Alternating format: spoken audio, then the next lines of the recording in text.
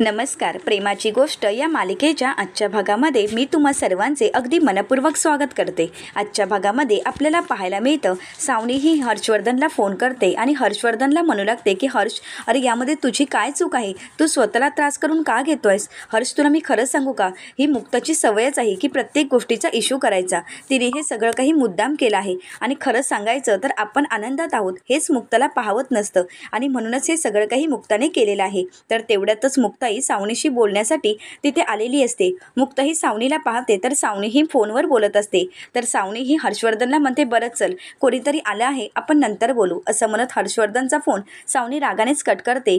तर त्यानंतर मुक्ता ही सावनीच्या रूममध्ये येते. तर सावनी रागानेच मुक्ताला विचारते, अजून काय बाकी राहिलं आहे? तुम्हाला काय वाटतं, मी आदित्यवर संस्कारच केले नाही आहेत, माझा धाकच नाही आहे त्याला आणि म्हणूनच त्याला मी मारलं, तरीसुद्धा तुमचा जीव शांत झालाच नाही आहे का? अजून मी काय करायला हवं सांग ना, काय करायला हवं? आता त्याला मी एकच सांगते की तुझ्या पायावर नाक घासून तुझी माफी माग, म्हणजे कसं होईल, तुझंही मन शांत होईल ना. सावनीची खूप चिडचिड होत असते. तर मुक्ता ही सावनीला म्हणते, सावनी शांत व्हा. अहो, तुम्हाला वाटते तेवढी मी वाईट नाही आहे आणि मी जे काही बोलायला आली आहे ना ते खूप महत्त्वाचं आहे आणि तसंही मी तुमच्याशी बोललेलं तुम्हाला आवडत नाही हे मला माहीत आहे.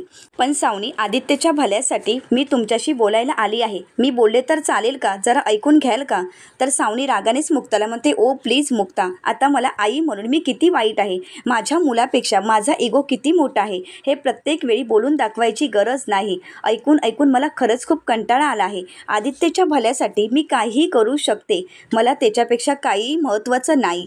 तर मुक्ता म्हणते, हो ना, मग आता जरा वेळ काढून मी जे काही बोलत आहे ते ऐकून घ्याल का? मुक्ता ही सावनीला म्हणू लागते, अहो, आदित्यने स्वतःच्या कुटुंबासाठी एक नवीन इमेज तयार केली आहे. तो स्वतःच्या कुटुंबासाठी तडफडत आहे, आदर्श कुटुंबाची स्वप्न तो रंगवत आहे आणि खरंच तुम्हाला वाटते का हे सगळं काही त्याच्या मनातील आदर्श कुटुंब हर्षवर्धन देऊ शकणार? सांगा ना. तर सावनी म्हणते, का नाही देऊ शकणार?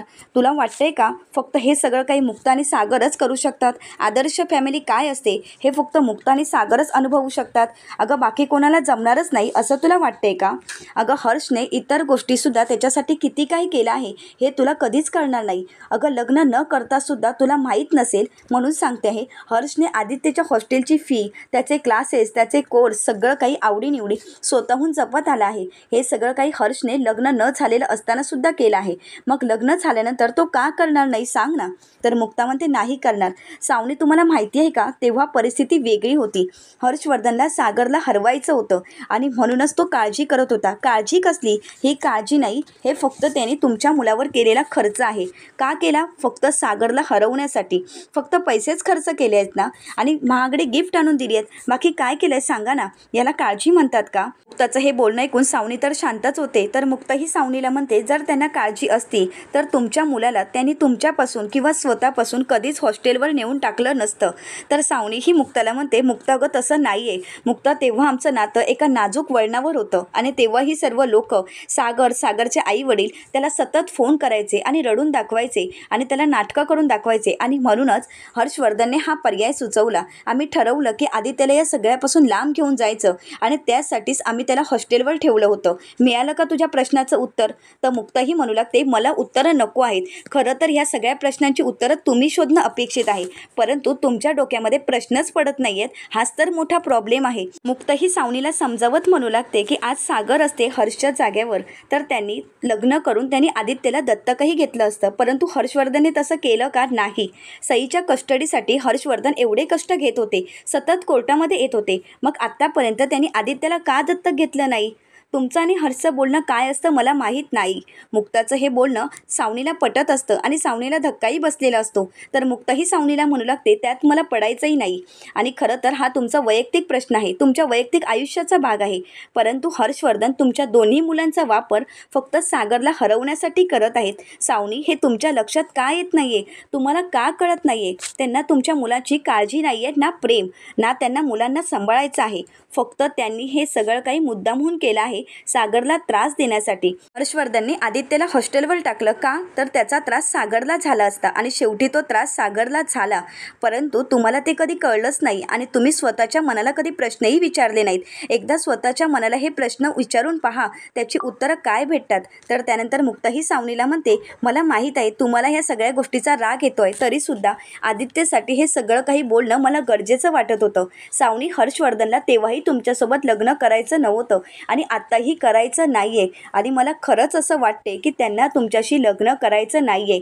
पुढे देव न करो असं झालं तर त्याचा सगळा परिणाम आदित्यच्या आयुष्यावर होणार आहे आणि याचा आनंद मला कणभरही होणार नाही. सावनी, माझ्यावर विश्वास ठेवा, मलाही याचा आनंद होणार नाही ना सागरला होणार. फक्त मला एवढंच तुम्हाला समजावून सांगायचं होतं की तुम्ही या प्रश्नांची उत्तरं शोधा. माझं बोलणं झालं आहे, आता तुम्ही शांत विचार करा आणि स्वतःच्या मुलासाठी विचार करून ठरवा की काय करायचं आहे. तर सावनी विचार करत म्हणू लागते, खरंच मुक्ता बोलते ते खरं असेल का? हर्षवर्धनला माझ्याशी खरंच लग्न करायचं नसेल का? सावनीच्या डोक्यामध्ये हे प्रश्न फिरत असतात. तर दुसरीकडे पाहायला मिळतं, हर्षवर्धन खूप खुश असतो आणि म्हणू लागतो, काय सांगू मी का, मी खरंच खूप एकटा आहे. ना मला माझी फॅमिली, ना मला माझे जवळचे मित्र. हां, आता सावनी आणि आदित्य माझी फॅमिली असतील, परंतु माझे 2-4 मित्र आहेत, त्यांच्यासोबत मी पार्ट्या करत असतो. परंतु मला हवी तशी फॅमिलीच नाही आहे. त्यांच्याबरोबर मी गप्पांची मैफिल रंगवेन, गाण्यांच्या भेंड्या रंगतील, लहान मुलं इथे खेळत असतील. परंतु नाही ना, माझ्या नशिबातच ते नाही आहे. तर त्यानंतर मिहिकालाच हर्षवर्धनबद्दल खूप वाईट वाटत असतं. हर्षवर्धनचं हे नाटक मिहिकाला खरं वाटत असतं. तर मिहिका हर्षवर्धनला म्हणू लागते, असं का म्हणताय तुम्ही? आम्ही तुमची फॅमिली नाही आहोत का? मी आहे, मिहीर आहे, अहो आम्ही आहोतच ना. आम्ही तुमच्यासोबत कायम आहोत. एकदा का तुमचं आणि माझं लग्न झालं की सगळं काही अगदी मस्त होणार आहे, सगळं काही बदलून जाणार आहे, बघाच तुम्ही. तर हर्षवर्धन मिहिकाकडे पाहत मिहिकाला म्हणू लागतो, तुझं आणि माझं लग्न? तर मिहिका धक्क्यानेच म्हणते, नाही नाही, मला तसं म्हणायचं नव्हतं. तुमचं आणि माझं म्हणजेच तुमचं आणि सावनीताईंचं लग्न आणि माझ्यासोबत मिहीरचं लग्न होणार आहे. अशी जर सगळी एकत्र आलो की आपण सर्वजण नंतर फिरायला जाऊ, खूप मज्जा करू, पिकनिक करू आणि तुम्हाला हवे तशा गाण्यांच्या भेंड्याही रंगवू ना. परंतु चला ओके, आता आपल्याला फायनल डेकोरेशनचं ठरवायचं आहे. हळदीसाठी कशा प्रकारे डेकोरेशन करायचं प्लीज तुम्ही सांगा ना. तर हर्षवर्धन म्हणू लागतो, नाही अगं मिहिका, मला यातलं काहीच कळत नाही. खरं तर मला या सगळ्यामध्ये इंटरेस्टच नाही. ही सगळी काही सावनीला हौस आहे आणि सावनीलाच यामध्ये इंटरेस्ट आहे. तर मिहिका ही हर्षवर्धनला म्हणते, असं कसं, आपल्याला हे सगळं काही करावं तर लागणारच आहे ना. आणि तसंही एवढी सॉलिड वेडिंग प्लॅनर असताना तर हर्षवर्धन मिहिकाकडे वाईट नजरेने पाहत म्हणू लागतो, सॉलिड वेडिंग प्लॅनर तर तुम्ही आहातच. तर त्यानंतर मिहिका म्हणते, थँक्यू. मिहिका हर्षवर्धनला म्हणू लागते, बरं मी बेसिक प्लॅन करते, परंतु छान प्लॅन करते. मी प्लॅन केलेलं आवडेल ना तुम्हाला? तर हर्षवर्धन नाटक करत म्हणू लागतो, हो तर तुम्ही प्लॅन केलेलं मला आवडणार नाही असं कसं होईल? तुम्ही तर प्लॅन केलेलं मला आवडतंच, असं तो वाईट नजरेनेच मिहिकाकडे पाहत म्हणू लागतो. तर त्यानंतर मिहिकाही प्लॅन करण्यासाठी बसलेली असते. तर इकडे सावनी हर्षवर्धनला फोन करत असते. हर्षवर्धन पाहतो तर सावनीचा फोन येत असतो. हर्षवर्धन रागाने सावनीचा फोन कट करत असतो. तर सावनी ही पुन्हा पुन्हा हर्षवर्धनला फोन करत असते, परंतु हर्षवर्धन काही सावनीचा फोन उचलत नसतो. तो पुन्हा पुन्हा प्रत्येक वेळी सावनीचा फोन रागानेच कट करत असतो, कारण त्याला मिहिकासोबत वेळ घालवायचा असतो. तर इकडे सावनी ही पुन्हा फोन करत म्हणू लागते की हर्ष फोन का उचलत नाहीये? एवढ्या वेळा फोन करून सुद्धा हर्षवर्धन काही फोनच उचलत नाहीये. मग पुन्हा एकदा ती फोन करण्याचा प्रयत्न करते, परंतु हर्षवर्धन तिचा फोन कट करतो आणि त्यानंतर मिहिकाजवळ जाऊन बसतो. मिहिकाजवळ तो वाईट नजरेने पाहत मिहिकाच्या जवळ जाऊन बसलेला असतो, परंतु मिहिकाला यातली जाणीवही नसते. मिहिकाही वेडिंग प्लॅन कसं असावं हे सगळं काही त्याला समजावून सांगत असते. तर इकडे सावनी म्हणू लागते, हर्षवर्धन काही फोन उचलत नाही, आता मला घरी जाऊनच बघावं लागेल. असं म्हणत सावनी ही घरी जायचं ठरवते. तर दुसरीकडे पाहायला मिळतं, सत्यम हर्षवर्धनला भेटण्यासाठी आलेला असतो. सत्यम आल्या क्षणी हर्षवर्धनला मुक्ताची ॲक्टिंग करत म्हणू लागतो, मला घरी जाऊ द्या, नाहीतर मी पोलीस कंप्लेंट करीन. तर हर्षवर्धन हसू लागतो. तर हर्षवर्धनला सत्यम म्हणू लागतो, अरे यार, इतकी वर्ष झाली आपण पार्टी करतो, परंतु ही पार्टी खरंच खूप छान रंगली होती. काय तलवार घेऊन फिरत होती ती मुक्ता, पण काल ना तिच्या जिभेला धार होती ना तिच्या नकाला. सत्यम हर्षवर्धनला म्हणतो, परंतु तू तर तिचा तोराच उतरवलास. तर हर्षवर्धन सत्यमला म्हणतो, अरे मी तर काहीच केलं नाहीये, तुम्हीच तर तिला घेरलं होतं. आजपर्यंत वाघीण म्हणून मिरवणारी मुक्ता काल तर तुम्ही तिची शेळीच केली होती. तर सत्यम हर्षवर्धनला म्हणतो, परंतु एक गोष्ट राहिली. तर हर्षवर्धन विचारतो की कोणती? सत्यम म्हणतो, जर ती थोडी दारू पियाली असती ना तर खरंच खूप छान डान्स केला असता. हर्षवर्धन म्हणतो, तिने जर डान्स केला असता ना तर मी तिचा व्हिडिओज काढला असता आणि जेव्हा जेव्हा ती माझ्यासमोर जास्त बोलण्याचा प्रयत्न केला असता तेव्हा मी तिला तो व्हिडिओ दाखवला असता. तर हर्षवर्धन म्हणतो, परंतु त्यावेळी सागर तिथे आला. तर हर्षवर्धन म्हणू लागतो, परंतु कधीतरी वेळ येईलच ना, आत्ता नाही तर उद्या, उद्या नाही तर परवा, तिच्यावर नाही तर तिच्या बहिणीवर. तर सत्यम हर्षवर्धनला म्हणतो, नवीन पाखरू अगदी जोरदार आहे आणि मज्जा आहे तुझी. तर हर्षवर्धन खूप खुश होतो. तर दुसरीकडे पाहायला मिळतं, सावनी ही मुक्ताच्या बोलण्याचा विचार करत असते. तर तेवढ्यातच तिथे आदित्य येतो आणि सावनीला विचारतो, काय झालंय मम्मा, तू अशी टेन्शनमध्ये का दिसत आहेस? तर सावनी म्हणते, नाही बाळा, मी ठीक आहे. तर आदित्य सावनीला म्हणतो, नाही, मला टेन्शन येईल आणि म्हणूनच तू मला काही सांगत नाही आहेस ना, परंतु मला माहीत आहे त्या मुक्तानेच तुझं काहीतरी केलं असणार आणि तुला काहीतरी बोलली असणार. तर सावनी म्हणते, नाही, परंतु ती मुक्त असं म्हणत होती की हर्षवर्धन माझ्यासोबत लग्नच करणार नाही. तर त्यानंतर आदित्य म्हणू लागतो, ठीक आहे ना, नसतील करणार तर नको करू देत, तसंही त्यांना जर लग्न करायचं नसेल तर माझे पप्पा माझ्याजवळ आहेतच. तर सावनीला हे ऐकून धक्काच बसतो. सावनी म्हणते, नाही बाळा, तुला वाटते की तुझे पप्पा तुझ्याजवळ आहेत, परंतु ते तुझ्याजवळ नाही आहेत, ते फक्त मुक्ताजवळ आहेत. सावनी ही आदित्यला भडकावत म्हणू लागते की तू सागर पप्पांचा एक हिस्सा आहेस, मला माहीत आहे, परंतु ती मुक्ता, ती त्यांची लाईफ झाली आहे, त्यांची एक वेगळी फॅमिली तयार झाली आहे. सई, मुक्ता, सागर आणि आपण असल्याने किंवा नसल्याने त्यांना काही फरक पडत नाही, परंतु हर्षला फरक पडतो. माझ्या असल्याने किंवा तुझ्या नसल्याने त्याला फरक पडत असतो. कायमच तो आपली वाट पाहत असतो आणि आपलीसुद्धा एक फॅमिली होईल असंच मला वाटत आहे. हर्ष अंकल, तू आणि मी. आदित्य, तुला माहीत आहे का, हर्ष तुझ्यावर चिडत असतो, परंतु त्याचं तेवढंच तुझ्यावर प्रेम आहे. हर्ष अंकल तुझ्यासोबत आजपर्यंत खूप वेगळे वागत आले, परंतु लग्नानंतर त्यांच्यातील तुला बदल जाणवेल आणि तू त्यांच्यासोबत खुश राहशील, अगदी सागरपेक्षा जास्त. मला काळजी आहे तुझी आणि म्हणूनच तर मी हर्षवर्धनसोबत लग्न करत आहे. परंतु हे मुक्ताला कुठे कळणार आणि तुझा आनंद फक्त हर्षसोबतच असू शकतो आणि हर्षसोबतच तू खुश असू शकतोस. परंतु आदित्य काही न ऐकून घेता रागानेच तिथून निघून जातो. त्यामुळे सावनीला मात्र खूप टेन्शन आलेलं असतं. तर दुसरीकडे मुक्ता ही क्लिनिकला निघालेली असते. तेवढ्यातच तिथे आदित्य येतो आणि म्हणू लागतो, एक मिनिट, मला तुमच्याशी बोलायचं आहे. तर आदित्य हा मुक्ताशी बोलायला आल्यामुळे मुक्ता खूप खुश असते आणि मुक्ता ही आदित्यला म्हणते, बोल ना आदी बेटा, काय झालं आहे? तर आदित्य हा रागानेच मुक्ताला म्हणतो, माझ्या मम्माचा आनंद तुम्हाला बघवत नाहीये का? का त्रास देत असता प्रत्येक वेळी? तिला जर हर्ष अंकल सोबत लग्न करायचं आहे ना, मग करू देत ना. तिला लग्न करण्यापासून तुम्ही का अडवत आहात? का सांगत आहात की हर्ष अंकल वाईट आहेत? परंतु कोण वाईट आहे आणि कोण चांगला आहे हे मला चांगलंच माहीत आहे, त्यामुळे तुम्ही मला सांगायची गरज नाही. तसंही तुम्ही माझ्या पप्पाला साईडला केलंच आहे, सईला तर दूर केलंच आहे. मुक्ता म्हणते, एक मिनिट, इथेच थांब. तू कोणासोबत बोलत आहेस आणि कोणती भाषा आहे? कोणी भरवलं आहे तुझ्या मनामध्ये हे सगळं? कोणी आणलं आहे तुझ्या डोक्यात? आदित्य, हे बघ, मला तुझी काळजी वाटते आणि म्हणूनच मी काळजीपोटी बोलत होते. तर आदित्य रागानेच म्हणतो, माझी काळजी करायची काही गरज नाही. तर मुक्ता आदित्यला म्हणते, जास्त आवाज चढू नकोस आदित्य, तू अजून लहान आहेस. सईसुद्धा जर चिडली तर मी सईला ओरडते आणि तुलाही मी बोलू शकते आणि असे बोलायची पद्धत नाहीये आणि तू चांगल्या घरातील मुलगा आहेस, तू लहान आहेस, मोठ्यांशी असं बोलायचं नाही. तर आदित्य म्हणतो, मी लहान नाहीये आणि माझ्या मम्माला शांतपणे जगू द्या. माझ्या मम्माला प्रत्येक वेळी तिच्या आयुष्यातलं सुख हिरावून घेण्याचा प्रयत्न करू नका.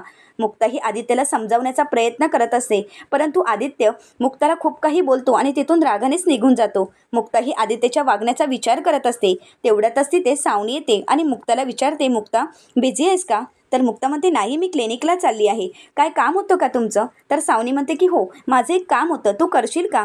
तर मुक्ता विचारते की माझ्याजवळ आणि तुमचं काम? तर सावनी म्हणते, हो ना, खरंच माझं खूप महत्त्वाचं काम आहे तुझ्यावर. तुझा संशय आहे ना माझ्या हर्षवर. आत्ता सगळे विधी तर पार पडले आहेत, तरीसुद्धा तुला वाटत आहे की हर्षला माझ्यासोबत लग्नच करायचं नाही आहे. 2 दिवसात आमचं लग्न आहे, तरीसुद्धा तुला असंच वाटत आहे की हर्षवर्धन मला फसवत आहे आणि म्हणूनच मी ठरवलं आहे की तुला आता सिद्ध करून दाखवायचं की हर्ष कसा आहे. तर मुक्ता ही सावनीला म्हणते, प्लीज तुम्ही गैरसमज करून घेऊ नका. मला तुमच्या खाजगी आयुष्यामध्ये पडायची काहीच गरज नाहीये. मला फक्त आदित्यची काळजी वाटत होती म्हणूनच. तर सावनी ही मुक्ताला विचारते, परंतु मला कळत नाही की तुला आदित्यची काळजी का वाटत आहे? तर मुक्ता मनाशीच म्हणू लागते की तुम्हाला कधी कळणारही नाही आणि तुम्ही कळूही शकत नाही. तर सावनी म्हणू लागते की मला खात्री आहे हर्षवर्धनला माझ्याबद्दल किती प्रेम आहे. तर मुक्ता म्हणू लागते, तुम्हाला खात्री आहे का हर्षवर्धनला तेच वाटत असेल की सागरला पप्पा म्हणून आदित्यबद्दल वाटत असेल? तर सावनी म्हणू लागते, मस्त, खूप छान प्रश्न आहे तुझा आणि ह्याच प्रश्नाचं उत्तर देणं खूप गरजेचं आहे आणि म्हणूनच तुला माझ्यासोबत यावं लागेल. तर मुक्ता विचार करत म्हणू लागते की सावनीपेक्षा आदित्यला समजवायची जास्त गरज आहे आणि त्याला जर हे सिद्ध करून दाखवायचं असेल की आईने चुकीच्या माणसात स्वतःला इन्व्हेस्ट केलं आहे, तर मला सावनी ज्या ठिकाणी घेऊन जात आहे तिथे मला जावं लागेल. मुक्ता ही सावनी सत्यमसोबत जायला तयार होते तर दुसरीकडे पाहायला मिळतं हर्षवर्धन सत्यमला म्हणू लागतो, सुंदर मुली मूर्ख असतात हे त्यांना भेटल्यावरच पूर्णपणे सिद्ध होत असतं. अरे बघ ना, त्या मुक्ताच्या बहिणीशी मी एवढं वाईट वागत असतो परंतु तिचा माझ्यावरच विश्वास आहे आणि कायम असणार. तर सत्यम म्हणतो, दोष तिच्या अकलेचा नाही आहे, तर तुझी जी जादू आहे ना तिचा आहे. तुझी जादू म्हणजे काही औरच असते. अरे मी तुमचं सगळं काही बोलणं ऐकलं आहे आणि आता हळूहळू ती तुझ्या मुठीत येऊ लागली आहे. तर हर्षवर्धन म्हणतो, आणि एक दिवस ती माझ्या मिठीत असेल. हे बघ, मला जे हवंय ते मी करणारच. आणि खरं तर मला माझंच कौतुक वाटत असतं की मी हे सगळं किती स्मार्टली हँडल करत असतो ना. तर सत्यम म्हणतो, फक्त सावनीला तुला हँडल करता येत नाही. तर हर्षवर्धन म्हणतो, असं कसं? गेली 7 वर्ष मी तेच करत आलो आहे. सत्यमा हर्षवर्धनला म्हणतो, अरे बघ ना, नेहमीच ती काही ना काही प्रॉब्लेम क्रिएट करत असते. बघ, कधी तिला प्रेस कॉन्फरन्स घ्यायची असते, कधी तिला मेहंदीचा प्रोग्रामच करायचा असतो, तर कधी तुझ्याशी लग्नच करायचं असतं. तर हर्षवर्धन म्हणू लागतो, परंतु तिने कितीही प्रॉब्लेम क्रिएट केले तरी त्यावर मी अगदी अभिमानाने मात करत असतो आणि याच गोष्टीचं मला कौतुक आहे. सावनी म्हणजे माझ्या हातची फक्त बावली आहे. मला हवं तसं मी तिला वागवू शकते, हवं तसं मी तिला खेळवू शकते. आणि ती बिंडोक लग्नाची सावनी आता तर लग्नाची तयारी करत असेल. तिला वाटत असेल की आपलं लग्न होणार आहे आणि अगदी तसंच होणार आहे. मीडियाची माणसं येतील, पाहुणे येतील, सगळं काही रंगात येईल आणि ती तर मांडवामध्ये माझी वाट पाहत असेल. परंतु हा हर्षवर्धन तिच्या हाताला लागणारच नाही. प्रेस कॉन्फरन्सच्या दिवशी ज्याप्रमाणे मी केलं होतं तसंच मी आता करणार आहे. मग ती वाट पाहत बसेल, मुहूर्त टळून जाईल, तर त्यानंतर ती रडत बसेल आणि मी मात्र वर्ल्ड टूर करत असेल. असं म्हणत हर्षवर्धन खूप खुश असतो. तेवढ्यातच सावनी हर्षवर्धनला आवाज देते. सावनीचा आवाज ऐकून हर्षवर्धन मात्र घाबरून गेलेला असतो आणि सावनीसोबत मुक्तही तिथे आलेली असते. त्यामुळे हर्षवर्धनला वाटत असतं की आता सगळं काही यांनी ऐकलं असावं. तर पुढील भागामध्ये आपल्याला पाहायला मिळतं सागरा आदित्यची समजूत काढत म्हणू लागतो, आदित्य, माझा तुला राग आला असेल मला माहीत आहे, प्लीज मला माफ कर, परंतु मी जे काही केलं, मी जे काही तुला बोललो. तेवढ्यातच आदित्य म्हणतो, मुक्ताला त्रास झाला म्हणूनच तुम्ही बोललात ना, म्हणजे आताही तुम्ही मुक्ताची बाजू घेऊनच इथे आला आहात. तर आदित्यचं हे बोलणं ऐकून सागरला तर धक्काच बसतो. दुसरीकडे पाहायला मिळतं सावनी हर्षवर्धनला म्हणू लागते की मी लॉयर जवळून सर्व पेपर बनवून घेतले आहेत. आपल्या लग्नानंतर तुझी जी काही प्रॉपर्टी आहे त्यामध्ये माझा अर्धा हिस्सा असेल. हे ऐकून हर्षवर्धनला धक्काच बसतो. तर त्यानंतर सावनी म्हणू लागते, माझा फक्त अर्धा हिस्सा असणार, परंतु तुझी जी काही प्रॉपर्टी आहे त्या संपूर्ण प्रॉपर्टीचा नॉमिनी आदित्य असेल. हे ऐकल्यानंतर हर्षवर्धनच्या पायाखालची जमीनच सरकते. हर्षवर्धन रागानेच मुक्ताकडे पाहू लागतो. मुक्ताला मात्र हे ऐकून खूप आनंद झालेला असतो आणि मुक्ताही हर्षवर्धनकडे पाहू लागते. आता हर्षवर्धन त्या पेपरवर सही करेल की नाही हे पाहणं अतिशय रंजक ठरणार आहे. त्यासाठी चॅनलला नक्कीच सबस्क्राईब करा. आजचा व्हिडिओ आवडला असेल तर व्हिडिओला लाईक करायला मात्र विसरू नका. व्हिडिओ पाहिल्याबद्दल तुम्हा सर्वांचे अगदी मनपूर्वक धन्यवाद.